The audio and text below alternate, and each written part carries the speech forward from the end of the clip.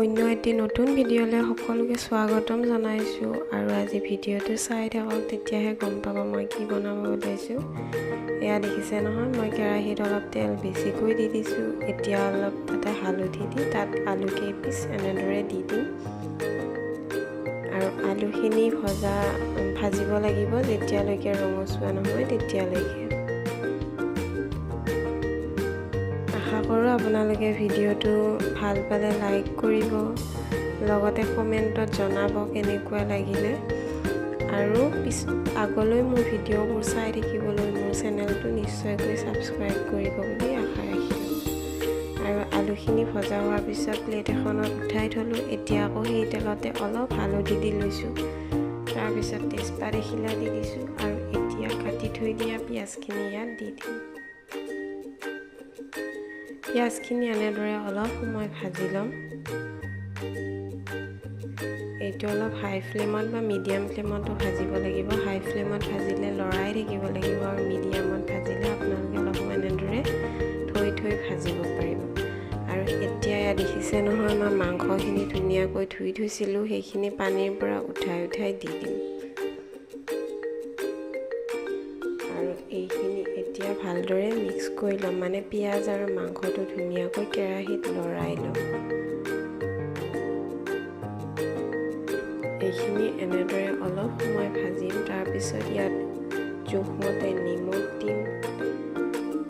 নিমখটো আপোনালোকে আৰম্ভণিত অলপ কমকৈ দিব পাৰে, পিছত আকৌ চাই পেলাই দিব পাৰে, নহ'লে আৰম্ভণিতে যিকোনো তৰকাৰীতে নিমখ বেছিকৈ দিলে নিমখটো বেছিও হৈ যাব পাৰে। আৰু এতিয়া তাৰপিছত মই হালধি দিছোঁ, তাৰপিছত জিৰা গুড়ি দিম, এতিয়া অলপ ধনিয়া গুড়ি দি দিছোঁ আৰু মই অলপ মিট মছলা দি দিম। মিট মছলাটো কমাই দিলে হ'ব, বহুত দিব নালাগে। আৰু কালাৰ আহিবৰ বাবে মই ৰেড চিলি পাউডাৰ দি দিছোঁ। আৰু এইখিনি এতিয়া ভালদৰে লৰাই ল'ম।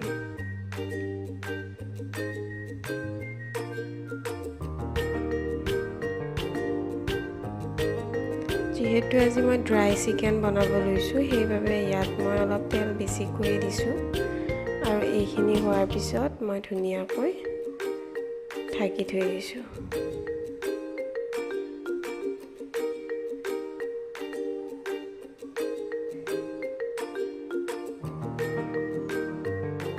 আৰু এতিয়া অলপ পানী দি ভাজি থাকিম। আদা নহৰু আপোনালোকে আৰম্ভণিতেই দিব, যিহেতু মই ক'বলৈ নহ'ল সেইবাবে আকৌ এতিয়া কৈ দিছোঁ। পিঁয়াজৰ লগত একেলগে আদা নহৰু পেষ্টটো দি দিব। আৰু এয়া এনেদৰে অলপ পানী দি ভাজি থাকিব, ঢাকনি দি মিডিয়াম ফ্লেমত।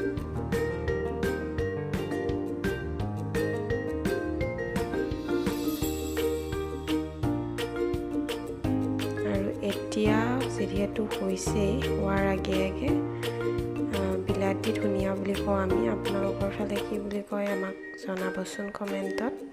সেয়া দি দিম আৰু এইখিনি এয়া ভালদৰে লৰাই লৈছোঁ আৰু তাৰপিছত খোৱাৰ বাবে ৰেডি হৈ যাব। ভিডিঅ'টো চাই কেনেকুৱা লাগিলে জনাব আৰু ভিডিঅ'টো চোৱাৰ বাবে বহুত ধন্যবাদ।